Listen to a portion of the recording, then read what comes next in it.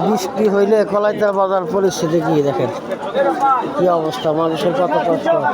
তরকারি নিয়ে আসা প্যাক, প্রচণ্ড প্যাক, রাস্তাটা কাজ করা দরকার।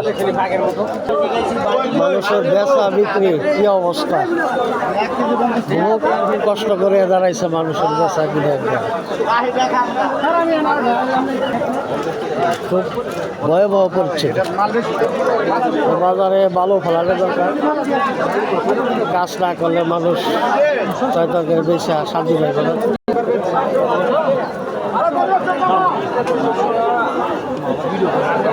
কি ভাই আপনি কিছু বলবেন? নি বলেন। কি করবো ভাই, দেখেন অবস্থা কি বাজারে।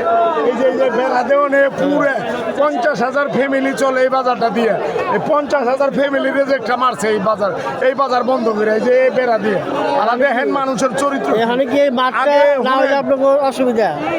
মানছে আগে আওয়ামী লীগের আমলে ব্যবসা করছে, মাল পুরো উন্মুক্ত আসলো।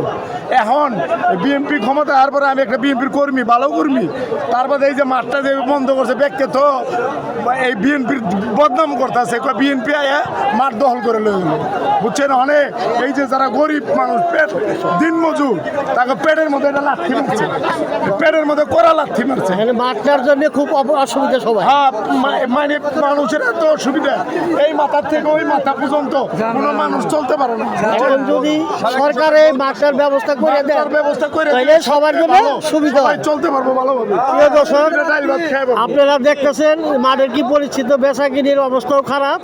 এই মাঠটা যদি তরকারি বাজার জন্য দেওয়া হয় সকালবেলা, তাইলে সবার জন্য ভালো হইব, সবারই একই কথা। তো সরকারের জন্য একটা ব্যবস্থা নেয়। ধন্যবাদ সবাইকে। ভিডিওটা বেশি বেশি শেয়ার দিবেন।